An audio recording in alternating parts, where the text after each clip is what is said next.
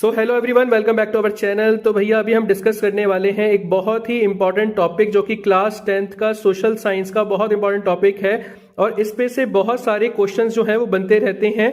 अभी हम बात करने वाले हैं नॉन कॉपरेशन खिलाफत मूवमेंट के बारे में, जो कि शुरुआत हुई थी जनवरी 1921 के अंदर। हम ये देखते हैं कि ये मूवमेंट जो है वो टाउन्स में कैसे स्टार्ट हुआ और क्या इसके यहाँ पर जो है स्टेप्स थे वो देखे गए थे। यहाँ पर ये अर्बन एरियाज के अंदर हमने देखा है कि जो मेनली मिडिल क्लास लोग थे, जिसके अंदर स्टूडेंट्स हो गए, लॉयर्स हो गए, टीचर्स हो गए, हेडमास्टर्स हो गए, मर्चेंट्स हो गए और ट्रेडर्स हो गए, इन सब ने मिलकर के यहाँ पर इस मूवमेंट को सपोर्ट किया था और इसके अंदर पार्टिसिपेट किया था।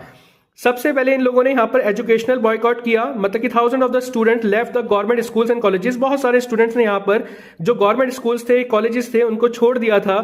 टीचर्स ने और हेडमास्टर्स ने यहाँ पर रिजाइन कर दिया था। यहाँ पर कुछ नेशनल इंस्टीट्यूशन के नाम हैं जो आपको याद रखने हैं: जामिया मिलिया इस्लामिया, काशी विद्यापीठ और गुजरात विद्यापीठ। फिर हम यहाँ पर देखते हैं कि boycott of the law courts and the councils.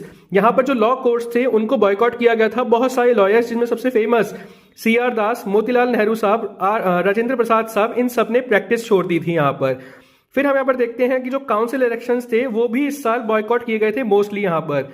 लेकिन यहाँ एक एक्सेप्शन केस है मद्रास का, जो कि जस्टिस पार्टी वहां पर ये देखती है कि हम लोग पावर में आ सकते हैं और अपने मुद्दे जो हैं वो उठा सकते हैं। जस्टिस पार्टी एक नॉन ब्राह्मण पार्टी थी, तो उनको लगा कि शायद हम अब अच्छे से अपने मुद्दे जो हैं वो रख सकते हैं सरकार के अंदर आकर के।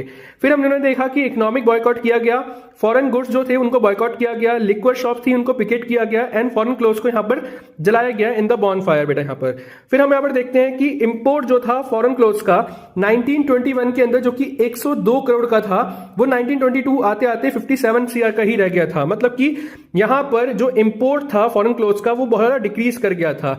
इसका रिजल्ट क्या हुआ? लोगों ने यहाँ पर खादी को पहनना शुरू कर दिया और जो इंडियन टेक्सटाइल्स थी, मिल्स थी और हैंडलूम्स थी, उनका प्रोडक्शन यहाँ पर इंक्रीज हो गया, क्योंकि अब लोग सिर्फ अपने घर का कपड़ा, मतलब कि हिंदुस्तानी कपड़ा जो है वो पहन रहे थे यहाँ पर।